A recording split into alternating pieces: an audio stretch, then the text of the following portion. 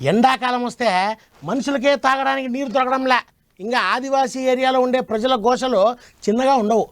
ఎండలు మండిపోతా అంటే ప్రజల గొంతులు ఎండిపోతున్నాయి. అట్లాంటిది పక్షులు, అడవుల్లో ఉండే జీవరాశుల పరిస్థితి ఏం చెప్పండి. అలాంటి పక్షులు ఎండాకాలంలో నీరు లేక ఇబ్బంది పడకూడదని వీళ్ళు ఏం చేసినారో చూడండి. ఎండలు ఏగిచ్చి కొడుతుండుతోని మనుషులకే గొంతులు ఎండిపోతున్నాయి. జడంతసేపు ఎండలు తిరిగితే సొరగుంజినట్టు అవుతుంది. అసవంటిది ఎప్పుడు ఎండలనే తిరిగేటి పచ్చులకి ఇంకెంత తిప్పలు ఉండాలో చెప్పులి. అసవంటి పచ్చుల కొరకనే ఎన్జిఓ వాళ్ళు గుజరాత్ రాష్ట్రంలో ఉన్న అహ్మదాబాద్ లో మూలకు నీళ్లు పెట్టేటి ఈగరం చేశారు. అందుకనే ఇట్ట ఏం తక్కువ 5,000 మట్టి షిప్పల్ని తయారు చేయించిల్లట.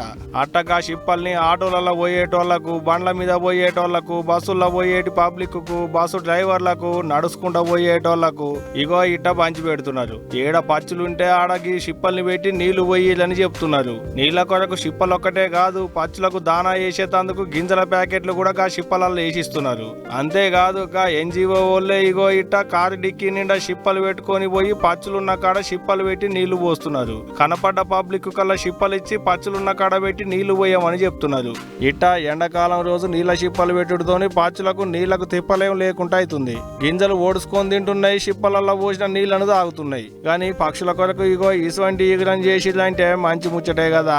ఈ ఎండలకు మనుషులకే పానం అటు అవుతుంది. అటువంటిది పచ్చులకు ఇంకెట్ట కావాలో చెప్పులి. అందుకనే ఇటువంటి ఈగరం చేస్తున్నట్టున్నారు. ఏదైతే గాని నోరు లేని పచ్చులకు ఎండాకాలం రోజు నీళ్లు పోసే ఈగరం చేసిదంటే తారీఫ్ చేయాల్సిందే కదా. ఏమంటారు?